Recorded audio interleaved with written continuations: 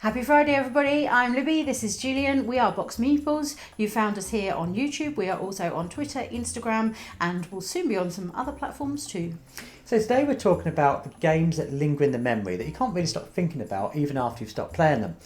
Now there's many games that I think about different tactics I can incorporate into a future game, particularly like a favourite game like Root.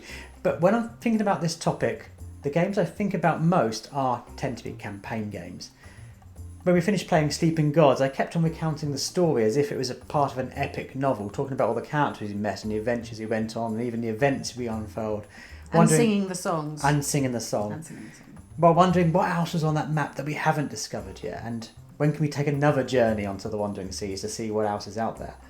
And similarly, we played Star Wars Imperial Assault, and the moments in that game, those moments of action and excitement, feel almost as real as if we'd watched them in a film or if we'd watched it in a TV series. Now when we actually played it, we're actually playing over Zoom during lockdown, and that meant we played it repeatedly, almost sort of several sessions in a week, and it meant that we got really attached to our characters. I was a brilliant Wookiee.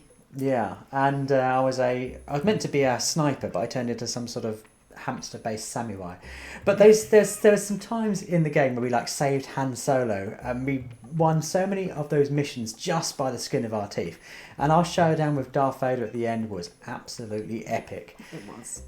And that one we got to do in person. So yes, we all met up in person amazing. For the finale. But yeah, just thinking about it now makes me want to go and have another campaign of that as well. So when I think about games that really stick in my mind, it always tends to be campaign games.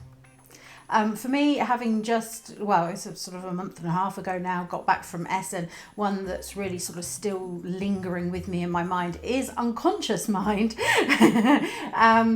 Of course, I got to have a look at it there at the show and I got to play some of the game, but you don't really get to have a full gameplay when you're sort of looking at these demo games. I've spoken about this one on our channel recently a couple of times just because it's just so exciting to me. But if you haven't caught that before, the basis of the game is that you are the sort of cohorts and colleagues of Sigmund Freud, so you're into psychology, and it's sort of the birthplace of that and the sort of coming together of all those different minds to work out how best to sort of build this new science up and how best to treat your patient. So you're each looking at different patients that have these sort of strange dreams and things that you're needing to sort of discover before you can really start treating them. You're having conversations with your cohorts together, talking about what methods and techniques of dealing with these clients are working, and you're also out and about in the town and getting some extra actions by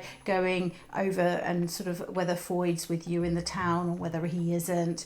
And there's also some publishing of theses with some different books and some elements like that. So there's a lot of different elements that are within the game of where you can move and what you can do.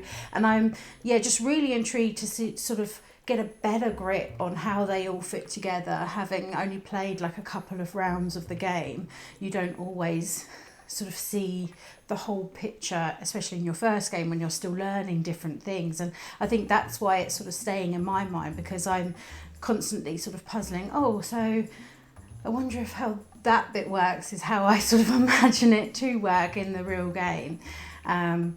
And of course, the recent Kickstarter campaign has been really popular in keeping it in everyone's minds, and it's done really well. I think it's just finished and been successful, so that's exciting that it's actually going to be coming to our house. Yes, because you couldn't stop thinking about it, so that's why you backed it on Kickstarter, and I'm actually looking forward to playing this game that you've been talking so much about since Essen. But what games really stick in your mind? Is there a favourite game that you just want to play all the time because it's a favourite game, or is there a more complex game and you start thinking of different tactics, different approaches you could use? Or maybe like me, you just can't stop thinking about campaigns and those moments you shared with maybe others, or just really exciting moments that you experienced. Do let us know in the comments below what game you think about most when you're not playing.